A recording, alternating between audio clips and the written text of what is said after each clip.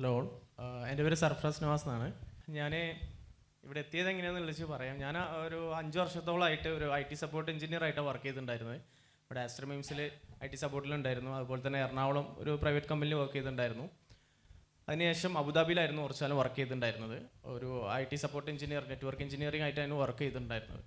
അപ്പോൾ അവിടങ്ങളിൽ എൻ്റെ വർക്ക് കുറച്ച് ഒരു പാഷനേറ്റഡ് ആയിട്ടല്ല ഞാൻ വർക്ക് ചെയ്തിട്ടുണ്ടായിരുന്നത്. എനിക്ക് താല്പര്യമൊക്കെ ഈ കണ്ടന്റ് ക്രിയേറ്റിങ്ങും കാര്യങ്ങളൊക്കെ ആയിരുന്നു. ആ സമയത്ത് അവിടങ്ങളിലെ പല ഇൻ്റർവ്യൂസ് ഞാൻ അറ്റൻഡ് ചെയ്തു. ഒക്കെ ആയപ്പോൾ അവർക്കൊരു ഗ്രാഫിക് ഡിസൈൻ അല്ലെങ്കിൽ ഒരു കോണ്ടന്റ് ക്രിയേറ്റർ വേണമെന്നുണ്ടെങ്കിൽ അതിൻ്റെ കൂടെ എല്ലാ പണിയെടുക്കുന്ന ഒരാൾ വേണമെന്ന് പറഞ്ഞു. ഇപ്പോൾ നമ്മുടെ ഫസീ സാർ എപ്പോഴും പറയുന്ന പോലെ ഒരു വീട് എടുക്കുന്ന സമയത്ത് നമ്മൾ ആദ്യം തേപ്പും എന്താ പറയുക പെയിൻറ്റിൻ്റെ പണിയൊക്കെ ഓരോരുത്തരെ ഏൽപ്പിക്കണം എന്ന് പറയുന്നത് പകരം എല്ലാം ഒരാൾ ചെയ്യണമെന്ന് പറയുമ്പോൾ ഒരു ബുദ്ധിമുട്ടുണ്ടല്ലോ. അപ്പോൾ എനിക്കതൊന്ന് മനസ്സിലായി. അപ്പോൾ ഡിജിറ്റൽ മാർക്കറ്റിംഗ് എന്ന് പറഞ്ഞ കോഴ്സ് പഠിച്ചു കഴിഞ്ഞാൽ ഒരു കോണ്ടന്റ് ക്രിയേറ്റർ ആയാലും അല്ലെങ്കിൽ ഒരു സെൽഫായിട്ട് ഒരു ഏൺ ചെയ്യാൻ എനിക്കൊരു ഫ്രീലാൻസറായിട്ട് വർക്ക് ചെയ്യാനും നല്ലൊരു ഓപ്പർച്യൂണിറ്റി ആണെന്ന് മനസ്സിലായി.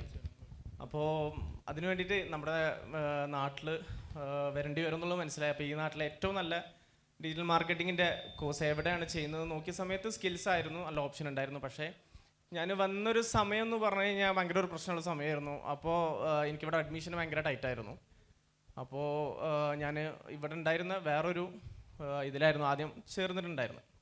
പിന്നെ ഞാൻ പറഞ്ഞു ഞാൻ കോഴ്സൊക്കെ കഴിഞ്ഞ് പഠിത്തം ഡിഗ്രി എല്ലാം കഴിഞ്ഞതിന് ശേഷം ഒരു വർക്കിംഗ് മോഡലായിട്ടുണ്ടായിരുന്നു.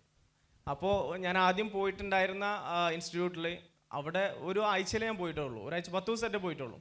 അതിൽ 7 ദിവസം ഓരോരോ പരിപാടികൾ. ഒരു ദിവസമായപ്പോൾ ഒരാളുടെ ബർത്ത്ഡേ എന്ന് പറഞ്ഞപ്പോൾ അതിൻ്റെ സെലിബ്രേഷൻ. ഓക്കെ, ഇന്ന് ബർത്ത്ഡേ ആണ്, വേണ്ട. പിറ്റേ ദിവസം ദീപാവലി, ക്ലാസ്സിന് വല്ലും ദീപാവലി, ഓക്കെ ഇന്ന് ക്ലാസ് വേണ്ട.